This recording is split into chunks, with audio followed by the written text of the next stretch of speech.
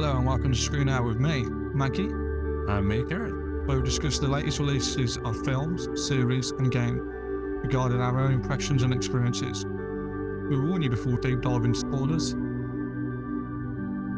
This week we're going to be talking about the deadliest man in cinema, John Wick. Very highly anticipated film. John Wick Chapter 4. They dropped the subtitle because they went for a subtitle for number 3, Equilibrium. No, Parabellum. Parabellum. Well, I did a bit of research on this, so there's no real explanation of why that's the only one that's got a title, Parabellum. This one technically kind of does and doesn't have a title, because I've seen it advertised with the title of Baba Yaga. Baba Yaga? Yeah, Baba Yaga. Yeah. Which, do you know what that means? Well, according to John Wick, it means the boogeyman. No, actually, Baba Yaga actually means grandmother in Russian. Because I'm pretty sure, yeah, I'm going to say that. Do you know what? You quite enjoy this. You go on. There's like a DLC for the Tomb Raider You Got Me years ago when we played it on New Year's Day. Oh, yeah. And it's called the Baba Yaga DLC, and it's just some mad Russian woman. Yeah. So there is kind of, so Baba Yaga is kind of for Chapter 4, but also I've seen that Hagakure or something is a Japanese word which is from a book, and basically in an essence it means hidden by the leaves. It's a practical and spiritual guide for a warrior. But I've only seen that Hagakure, I've only seen it like once on one thing. I haven't seen it on anything else. But then Parabellum is part of a Latin phrase which in essence means prepare for war. So if you want peace, then prepare for war, is basically what Parabellum is. Yeah, it's quite a well-known paraphrase, isn't it? So yeah, so number 3 has Parabellum. Chapter 4 technically has nothing, but I have seen those 2 other instances. The first thing I would say is it's what you expect this film, in the sense that if you like the other ones, you will just love this one. I think it's in typical sequel fashion in like a good way. I just feel like it's just up the ante in every way it could. Whether all that be like a lot of like successful sequels, they've chucked more budget at it, and because they've chucked more budget at it, the action sequences have been set in more extravagant places, involve more people, or involve more vehicles, or more like stuntmen and special effects, and that has this in spades. I don't think there's like any conversation or dialogue scene longer than 5 minutes. Well, yeah, definitely longer than 5 minutes without someone shooting a pistol or someone getting battered. Like, it's not going to win, like, to be fair, again, this is what you expect. It's not going to win any Oscars for, like, best adapted screenplay, but that's not, like, what you go for a John Wick film to say. Like, everybody, if they're going to see a John Wick film or going to put on a John Wick film on their, like, streaming service, they know exactly what they're going to say. And this is only just more of what it's known for, which is great action. Yeah, in a very simple way of saying it, you get what you pay for. Yeah, exactly. And it's not, and it doesn't disguise itself as anything else to its credit. No. Like, a bit of like background context. I remember me and the boys that was in uni when the first one came out, because like these like nearly 10 years. If they'd waited like another year, I think it would have been 10 years since the first one. Yeah, it's 2014. Yeah. Yeah, it's 2014. So obviously I appreciate it takes them a long while to make these, due to like how stunt heavy they are and things like that. And you know what's interesting as well is John Wick, like in the world of John Wick, between chapter 1, 2, 3 and 4, it's all within like a couple of weeks or something. It's like, yeah, as you say, it's like nothing. It's all just went down within like the matter of like, you know, a couple of weeks. But as you say here, like, you know, in like quote-unquote IR, it's been 9 years. But we used to watch in the flat like the first one a lot. And the first one is, you know, I don't want to become like trying to be like incredibly emotive, like, I like the first one for the plot. I feel like the first one is more understated, like, and it actually has more of a plot to the point where it feels, you can see why he's snapped and why he's killing everybody. And I feel like there's less more pistol action, which, like, you know, don't get me wrong, everyone loves a bit of pistol action, but I feel like the latest sequels are more just full-on They double down on the gung fu. Yeah, it's more like very much like Kieran's like very much gung fu, where there's a lot more like hand-to-hand combat in the first one. And also the villain, like, even though it's just Alfie and his dad, who are the main villains, I like that. And I like you get introduced into the world in the first one. And the world, like, in the sequels is built up a bit more. And what they do in this latest film, which is really good, is whether it'll be Donnie Yen, who or Scott Adkinson steals every scene he's in. Yeah, he does. And Scott Adkinson's scenes are really good, but I just feel like I could have just done with just as much Scott Adkinson as Donnie Yen, because I love Scott Adkinson. Probably because he's a Brummie, to be fair, and he's absolutely like, yeah. Who is Scott Adkinson? He's the German guy, the big guy wearing the fat suit. The guy who plays cards. Oh, him. He's that guy. He's like, I quite like his German accent. His German accent's very good, considering like he's from Sutton Coldfield. One of my semi-disappointments for Chapter 4 was that we didn't get enough of Hiroyuki Sanada, who's manager of the Japanese Continental. Yeah, I like that. Well, that's what I was trying to allude to, just is I like the whole apparently they're meant to be doing like a Continental like TV show. Yeah, it's coming out this year, I think. Yeah, which should be good, don't get me wrong. But I like that world. I think 2 and 3, especially number 2, that introduces you to the whole continental world and things like that, and like the idea of markers and how John came out of the Hitman business and such. I would say underworld, but it's not really underworld because... No, technically the underworld is Lawrence Fishburne. Yeah, exactly. But like, by using the term underworld, I'd say like, yeah, they're hiding in, because in a lot of like other action films, hitmen are trying to hide or, dare say, killing people's illegal in most countries. But in this film, they're fighting and murdering people underneath one of the biggest like monuments in Paris, like that big, like I can't remember what it's called, the Arch de Triomphe. Arch de Triomphe, yeah, exactly. So it's not exactly discreet. Yeah, like what you notice through literally most of the John Wick franchise is that everyone is ignorant of John Wick until he like wants to be known, sort of, handing over a coin. They just treat him like any normal civilian. As soon as like there's a coin or something involved or whatever, it's kind of like, oh, thank you, Mr. Wick.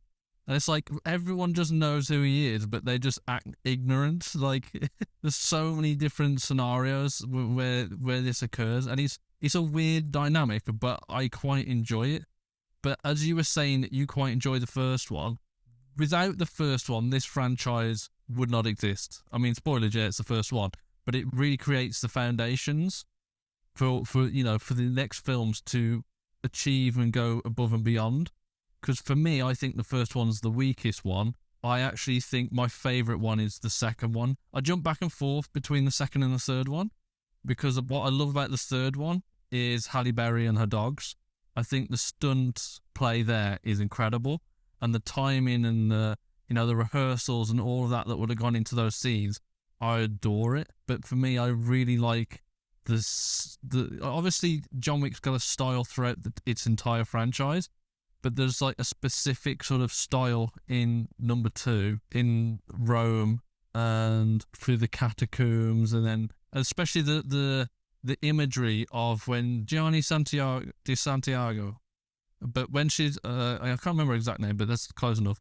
But when she slashes her wrists and then she like dies in the bath, that is like some powerful, incredible imagery. And I've like always remembered that scene. And I just think that was like incredible. And, there's a lot of like symmetry in the cinematography composition as well. And the stunts felt necessary. They didn't feel overarching for the sake of a stunt. It felt necessary for the moment. And it felt real. Plus, I love the absolute breaks and pauses between Keanu Reeves and Common. Uncommon, like I like that. I feel like some of them like struggle to have.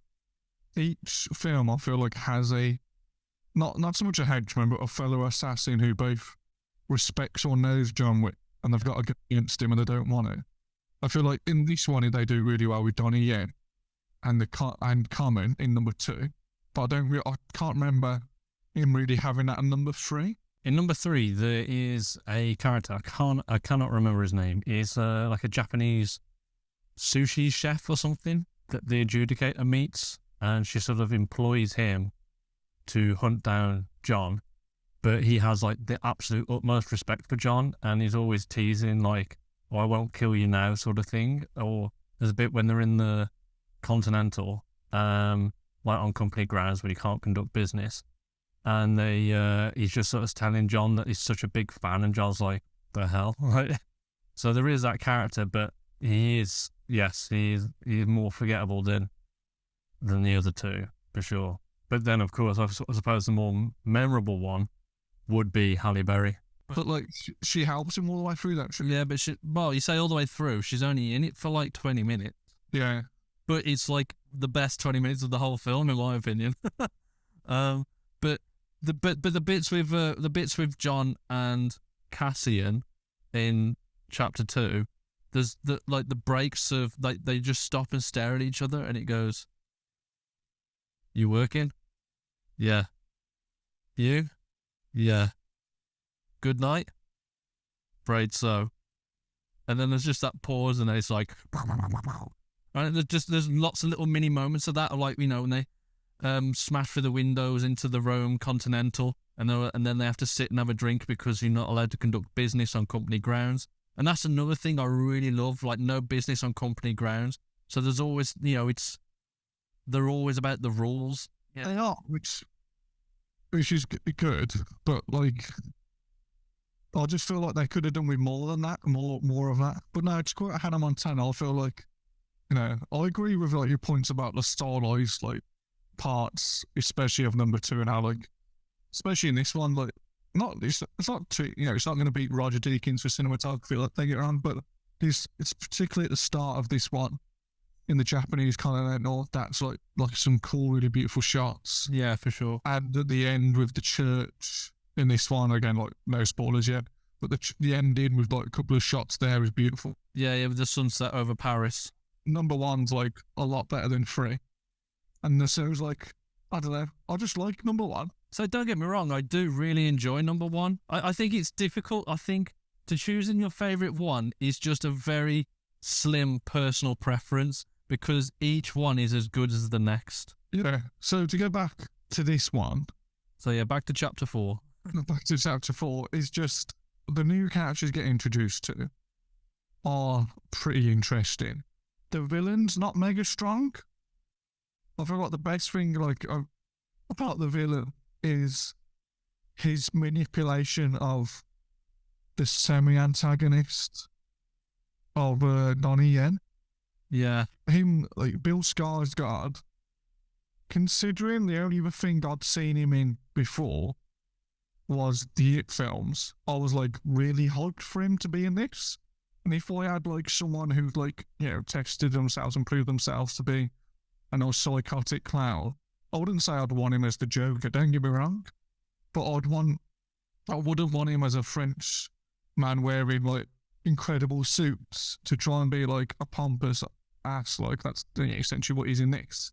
I'd try and play him a bit more unhinged. That's what I tried to get him to do, and like I don't think he's just not that. Like I don't know, he's too reserved and a bit boring. I think that might be by design, because he's part of the high table, isn't he? He's head of the high table. So he's not meant to have that unhinged ability, because basically he's head of everything. So all law runs through him. You know, like no one should ever think they're bigger than him, because they aren't. So he's got that chip on his shoulder. I feel like the other character you get introduced to, and this is Mr. Nobody, has a, like, again, going for the theme through of the sequels as well. I'd love to know how, like, Chad Stahelski's or Keanu Reeves' like, relationship with dogs. Because Mr. Nobody, the new character in this one, has a lovely dog in this film. And that plays quite a key part, especially towards the end of the film. He's quite cool. It's quite cool. Again, this isn't spoilers at all, really. Him using a 30-30 repeater, which reminded me of, like, the Wild West and, like, you know, Apex Legends to a degree. Not very often you see one of them on film. The manager's daughter from the Japanese Continental Apparently she's a British pop star, Asian British pop star. I've never heard of. So, yeah, I recognised her, but I wouldn't know what from. Apparently it was her first acting role, which she does really well. Yeah, I say I would like to have seen more of her in the film. I wouldn't. Not a big issue. That's like overdramatic, but one of my few tiny issues of the film is that it's a long film, but again, like I always go about pace, and that's probably the word I use the most. I don't know, because I think it's important or whatever.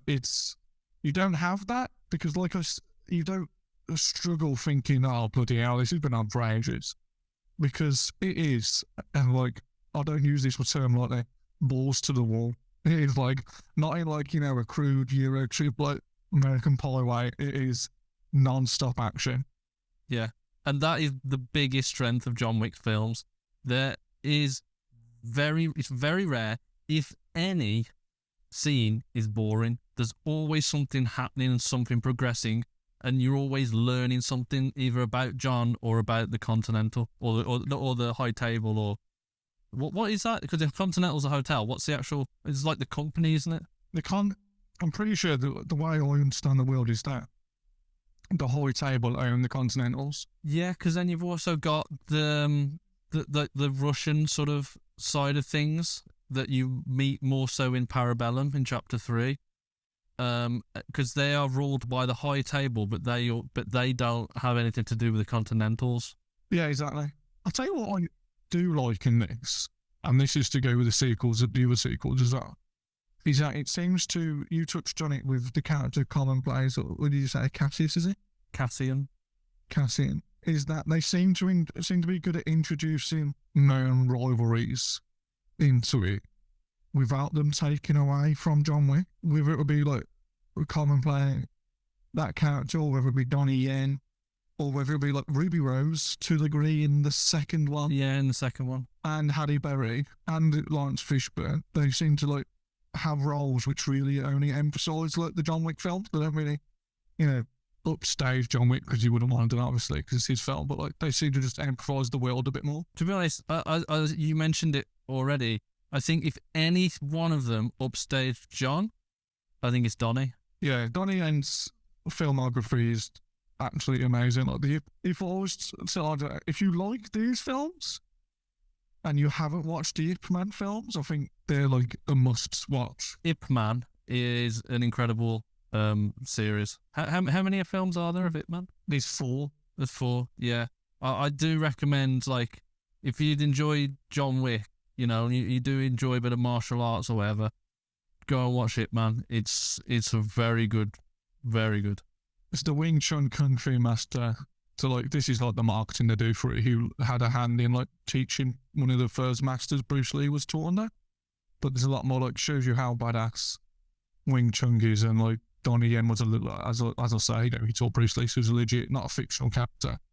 And there's 4 films, and all of them. They're set during the World War II as well, aren't they? Well, the first one is, yeah. The first one as Kieran said, starts off in World War II, and then it goes to, I think the end one is the late 60s. So it progresses through his life. Sort of the height and downfall of the Japanese Empire.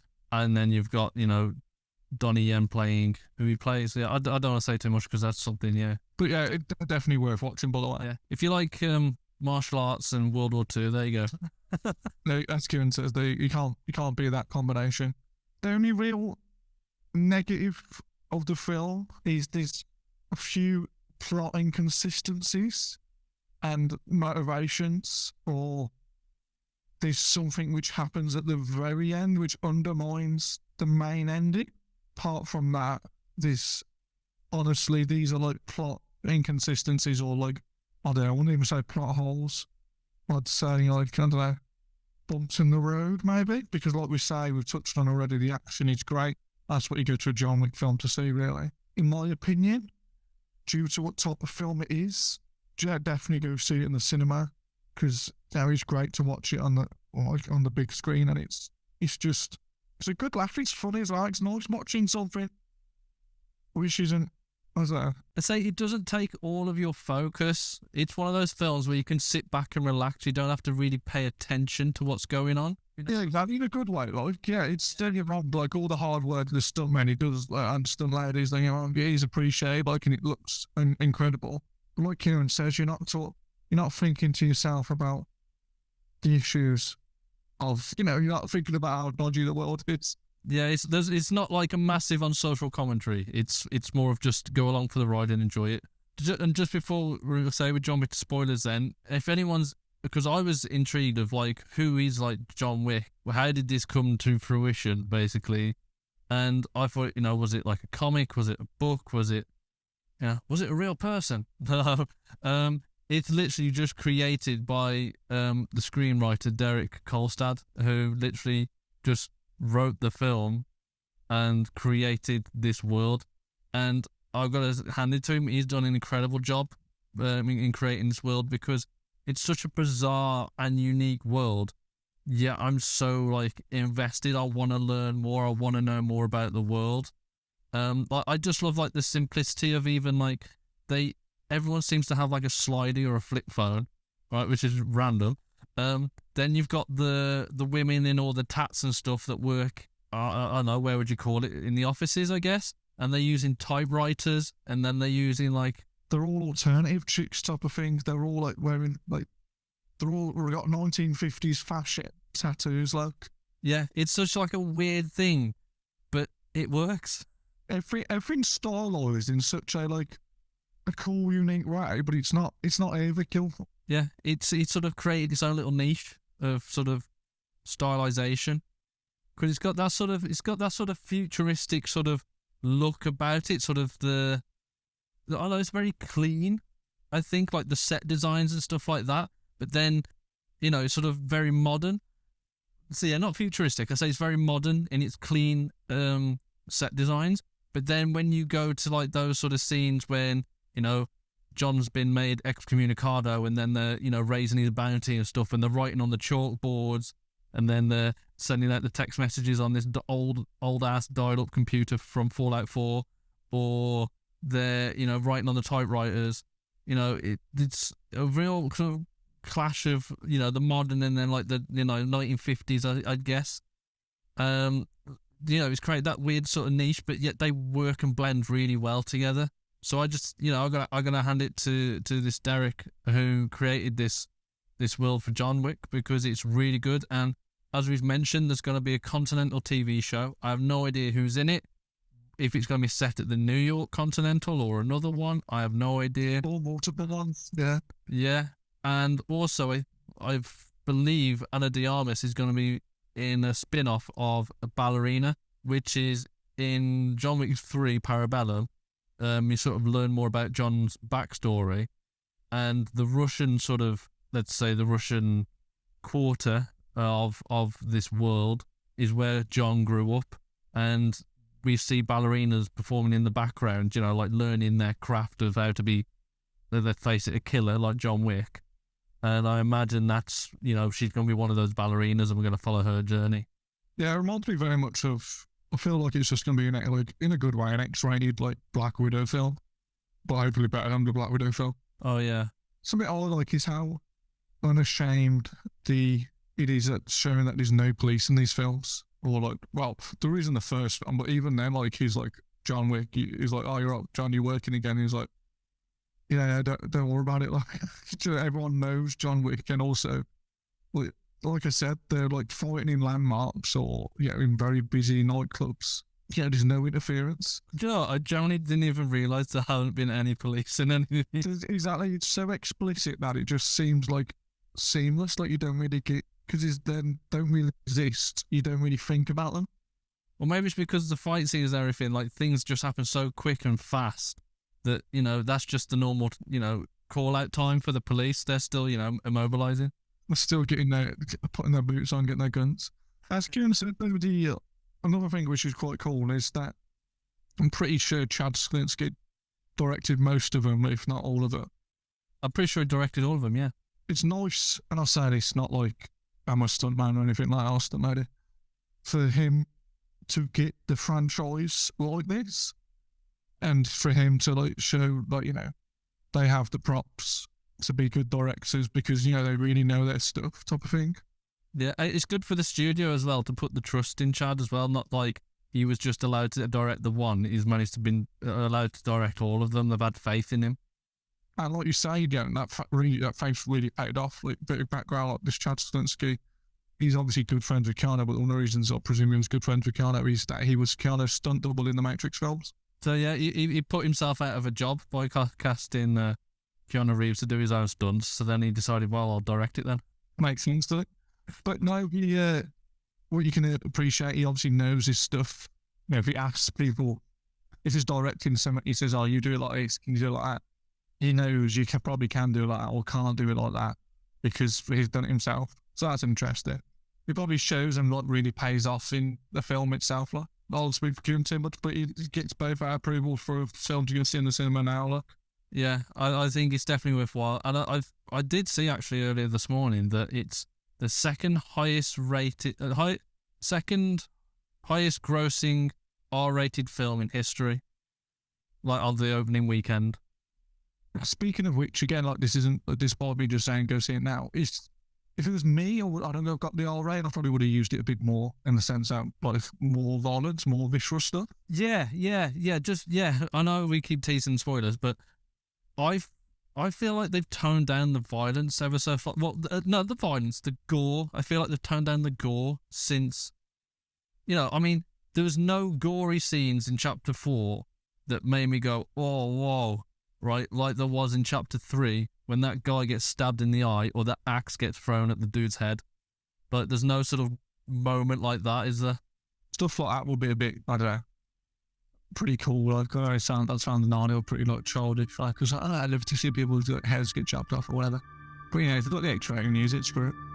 Yeah, exactly. Use it because trust me, that's going to get me in the cinema a second time. Yeah. Before we get into juicy spoilers, we'd like to take a moment to thank you for listening to us and to help us further our aspirations. We would further appreciate it. And if you would like to subscribe to us, follow us and join your preferred platforms, you can find us on YouTube, Spotify, Apple and Instagram with our handle, The ScreenHour. And if you'd like to participate in an episode, leave your thoughts on what you'd like to see us cover next. That'll be ideal. Now time for spoilers. You have been warned. They're coming up. The positives, in my opinion, is that the Paris fight scene, when they're like outside, outside that Arch de Triomphe. The Arch de Triomphe, yeah. Is the logistic. I don't know if it's just because I like the way, like how smooth it is, and that's like, compliment for the entire film, really. How smooth the action is. Also, how I know it sounds contradictory, how chaotic it is as well. So especially in that scene, is when they're flying, with this car flying all over the shop. The logistics of how they must have filmed that is incredible. It's so fast paced, but pretty brutal as well. And how he's just getting by the skin of his teeth is mad. So I liked that.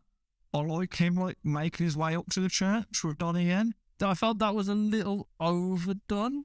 It got to the point where it was if they do it again, I'm gonna sort of have a bit of a sigh. Oh yeah. So when he falls down, they could have cut about 20 minutes from this film, but it's not grueling the runtime, but you could have cut it. Like you're saying, that time when he falls down again, and you're like, bloody hell. The henchman for Bill Skarsgård character is just a big guy. There's no real I don't know, Jaws back in the day, with Bond or Odd Job. They all have a gimmick like wrestlers, it's tiny, Chinese or Taiwan man with a bloody throwable hat, he's got metal teeth. There's no apart from being just a big guy in a grey suit, there's nothing really about him. That was a tiny little issue. I like the Mr. Nobody character. Yeah, so it was a weird introduction because you learn that he has nothing to do with the world of John Wick. It's like you're trying to get into that world. I feel like the way they painted it was that trackers like him were rocking horse poo. There wasn't many of them. Despite the people being really capable of hitmen, I understood that he was good at tracking. He could find people really quickly. Rest in peace, Lance Reddick. He has a good part in this. He's not obviously now we are in spoilers. He's not in it for long. He gets killed off. And obviously they didn't know, and God forbid, obviously they wanted him to live as long as he could. But he died at 60, bless him. Which is very young, really, in a lot of aspects. Inadvertently, quite a good send-off for him. I thought it was poor in a way, because I felt for me, I think it would have been more interesting if they'd have killed off Winston and then Sharon is Lance Reddick's character's name. Charon, I think. Yeah. If they'd have made him the new like interim manager or something, right, and they tasked him basically to bring John down or something, it would have been more interesting, I think, in that regard. I think that would have made him interesting, but like I don't think he would have been cool for him to like try and chase John down. I think it would have been interesting for him to take Winston's place. But the reason I like the send off is that, especially obviously because it's a bit more framing because you know his poor Lance is dead in real life now. But on top of that is that, you know, he was one of like, apart from John Wick, he's one of the beloved characters in the franchise. Like nobody really like, you know, pushed Lawrence Fishburne's character or Halle Berry because she's beautiful and she's like quite cool and she's badass in the third one. He's not really like a beloved character in the franchise who everybody likes. No, that's true. So Lance Reddick's character like fitted that, and when he died, like, you know, he was, apart from John Wick again or a dog like this film, like the franchise likes to allude to, there's no real lovable characters. No, but I think Winston, Ian McShane's character, sort of had his time. Like he'd already had a lot of screen time through the prior films.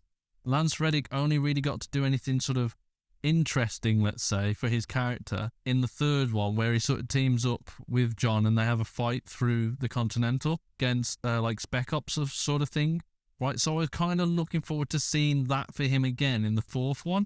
And then when he was killed off, knowing he had also died in real life, you know, 4 or 5 days prior, you know, you find out he died, you're like, oh, fuck, that's bullshit. And then you're like, well, at least I get to see him in John Wick 4. And then you go to see it, and then he's killed off. You're like, oh, that's a shame. And obviously they didn't get him off knowing he was going to die in real life, as you've already alluded to. But I know it felt wrong for me. I wasn't keen on it. So that's why I was like, maybe Winston should have been the one that was killed, and then Sharon was the one that took over, and that would have been quite interesting. But then that would have really messed with future projects because then Lance Reddick couldn't have done them. So I don't know. Yeah, I know what you mean. I understand that. It's a good point.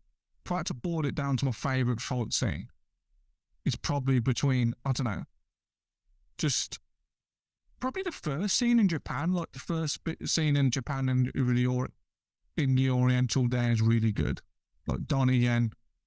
When he put in the like noise detectors up on the wall. I quite like that. That was quite cool. Yeah, I really like that. What I liked about it is that obviously pretty exaggerated, but it's also Donnie Yen, so he pulled it off. I like that. He's not Daredevil, like he hasn't got super sonar powers. They make it very aware that he's blind, but he's smart enough to use his hearing well, not like Daredevil, like I say, but like, you know, he uses those little like motion detectors with the arms and stuff like that. That's cool, but I like it when he's going hand to hand with John in Japan. I'll probably say it again, like, it was nice to see Scott Adkinson play like just a mental fat German guy. He was a bit cowardly. That was weird. That was different. That was weird, but it totally fit the vibe of the film. Yeah, exactly. You know, a lot of the times you've seen Scott Adkinson be Scott Adkinson, an absolutely jacked guy with a six-pack, absolutely like tearing through people. And it was quite cool, like, to see like a fat guy do mad high kicks and stuff and be like semi-agile. Yeah, that was a bit cartoon characteristic, wasn't it? Like, but yeah, I quite enjoyed that. My only little gripe is this. Well, two, I'd like to say only. Two, like I say, is they touch on it with a bit of exposition. I think Lawrence Fishburne's character, the king of the homeless people, I don't know. King of the Bowery, yeah. He says, why would Ian McShane, Winston, want to help John Wick? Because last time he saw him, like, he shot you off a roof. And like he says, I think that's why they needed Lance Reddick to die, is just for them to be like, look, I want to get revenge and I also want my Continental back. You're the enemy of my enemy is my friend type of thing. Don't get me wrong, I'm not that dumb, but I don't know, I just feel like they could have done with, I don't know, something a bit more to plaster that up. But another one, like, and again, another tiny, bump in the road, I'd say, as opposed to a plot hole, is that I heard there's a post-credit scene, and it's probably, I was the only person, me being the geek I am, who stayed, because it is a real, like, post-credit scene to the point like it's at the very end. So a lot of the Marvel ones are like a minute into the credits. This was right at the very end. All right, I didn't know this. I didn't see it. There you are. So Donnie ends walking to go see his daughter. And then at the end, at the very end, the post-credit scene, you see him going, like having his flowers to go see his daughter who's playing violin. And then you see the Japanese guy's daughter with a knife heading towards him, and then it cuts to black. Ah. Oh, because she like, you know, said, I'm going to kill you sort of thing. Like she bears revenge or pledges revenge or whatever. And then it was like she never turned up in the rest of the film. And I was like, oh, all right, then bye. So as good as like for a balls to the wall non-stop action film it is, that ending is like pretty tight. Like if the Japanese daughter just died at the start of the film, you didn't have that post-credit scene, I'd say like for the type of film it is, that ending's pretty like really tight. It's like a good ending. Like I say, John dies due to the injuries of Jules after the duel. He gets buried next to his wife. He's, like you said, I think it was over message, you know, him being a loving husband on his gravestone, that's what he wanted. It's pretty tidy, like. And then that post-credit scene just kills it for the sake of ruining it. I don't know. Yeah, it doesn't seem like it added or took anything away, really. It's just, it didn't feel...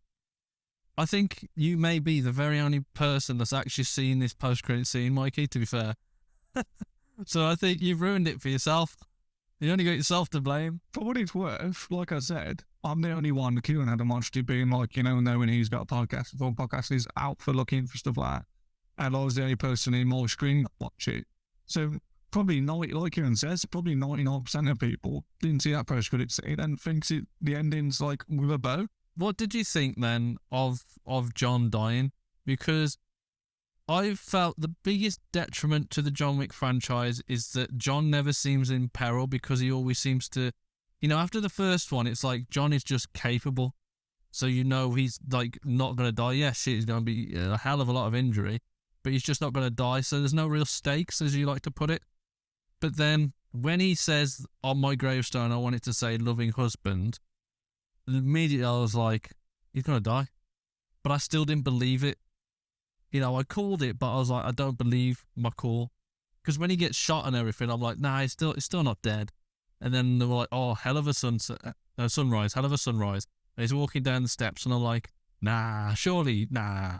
I also wasn't massively emotionally upset when he dies. I don't know what does that tell you? I just think, you know, he's just... That's why, again, that's why I like the first one, because, you know, the films aren't too emotional. You was never got pot. He's just a cool character, isn't he? You're not mega invested. You're just invested in to watch him do stuff. So I think that's the biggest thing. You're not going to miss him. And I think purely because, you know, again, this is framed probably because there's been 4 of the films now, is that you don't want it to be franchise fatigue. I think that's a big issue, really. I don't know. What else would you want to see him do as well? Yeah, so when you really consider the whole journey that John Wick's been on from the first film to this film, and don't forget, there's a whole, you know, backstory to John before we even get to see him in the first film.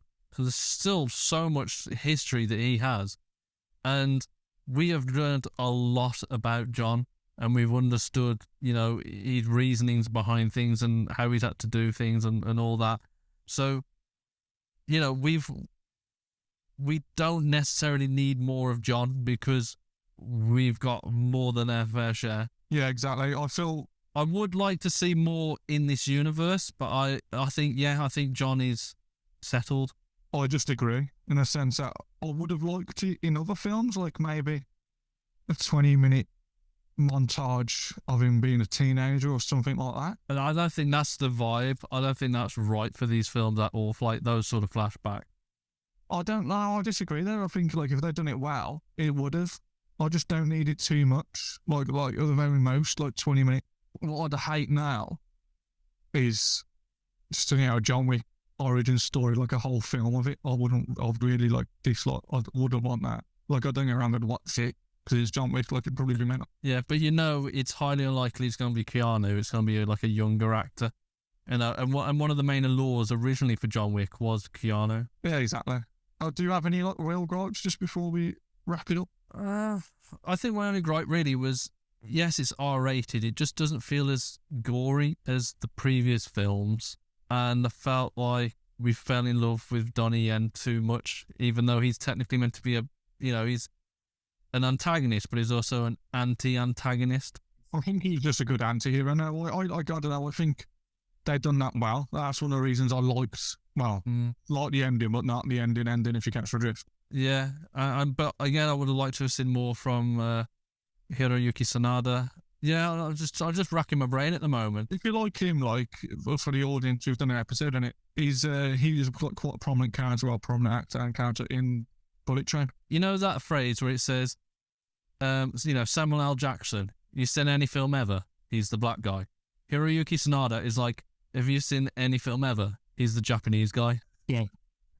The cast, whatever these films asked them to do as a cast member, apart from, like I said, Bill Skarsgård's character, I don't really vibe for that, but Donnie really smashes that role of being like John's antagonist, to catch my drift. Yeah. Or anti-hero, like we've just said. But, it's absolutely gold. I would like to see Halle Berry again, and I would have liked to have seen more of Halle Berry in Parabellum, because I really enjoyed her character. I wanted to know more about her backstory. Bring some of the people back, but there's a lot of ifs and buts and maybes. But I think on the whole, it's chapter 4 is really good. It's really enjoyable. It's actually the highest rated one out of all the John Wicks. But I still have to say, for me personally, chapter 2 is the one I enjoy the most, because it's, he's called back in. He's gone for revenge on his dog and his car, and now he's being called back in, and he has to do it in order to get himself out. And then there's more sort of strategy involved, especially when he has to take down Gianna Di Santiago. He sets up his weapons and stuff, and he gets kitted out, and then when he's running through the catacombs and stuff, his weapons are already waiting for him. I quite like that sort of, you would have seen John Wick as like the assassin as he would have been before all of this shit hit the fan, like before his heyday per se. Yeah.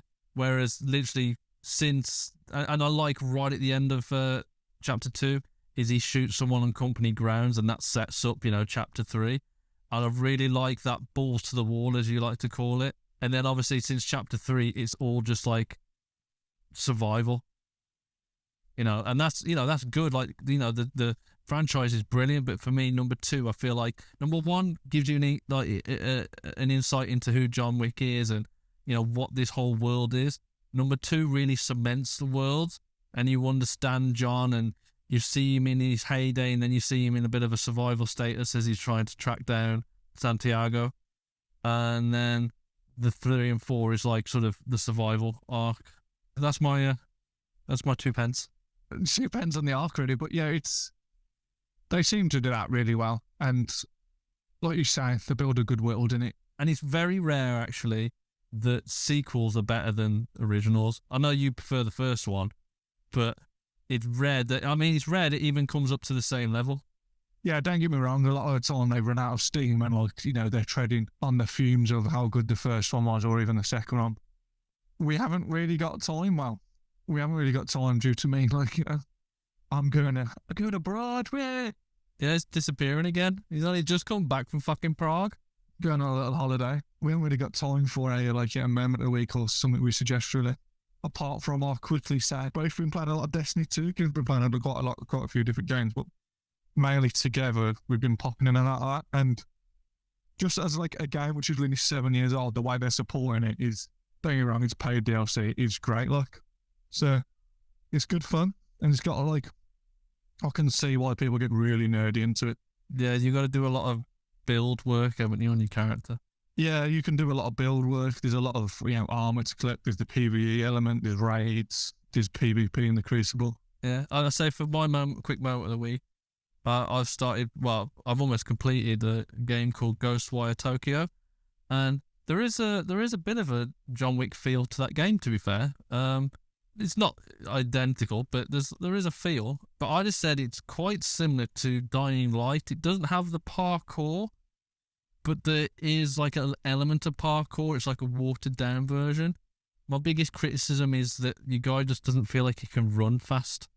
You know, and if he could run faster, the game would feel like it'd flow a lot more. The game's not at all what I expected it to be, and it's been quite eye-opening and quite interesting, to be fair. As you know, it's not something I normally would have played, but because it's free to play on PS Plus Extra, I thought, go on, it's only 20 gig download.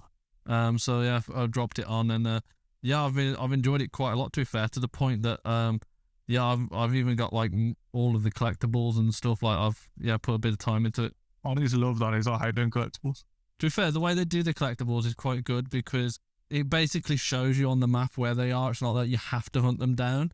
They're kind of like they sort of show you an area of where a collectible is, and you sort of like, let's call it eagle vision, but they call it spectral vision, I think. And then you sort of like try and scan the area to find it, and you're like, oh, there it is, and then, you know, Bob's your uncle, Fanny's your aunt. But no, I quite enjoy that. I think that's something you would enjoy as well, to be fair, Mikey. But it's, you know, whenever you got the time, when you're not going on holiday every 2 fucking seconds. As the blokes in the 50s say, rather than a midlife crisis, one life live it, as they say. Or carpe diem. Or used to say when we was younger, YOLO. YOLO. But gotta bring that back in 2023. Oh, how awful was those days. Well, thank you very much for listening as always, people. Yeah, and get yourselves into the cinema, watch John Wick. Look after yourselves. See you later. Bye. Bye.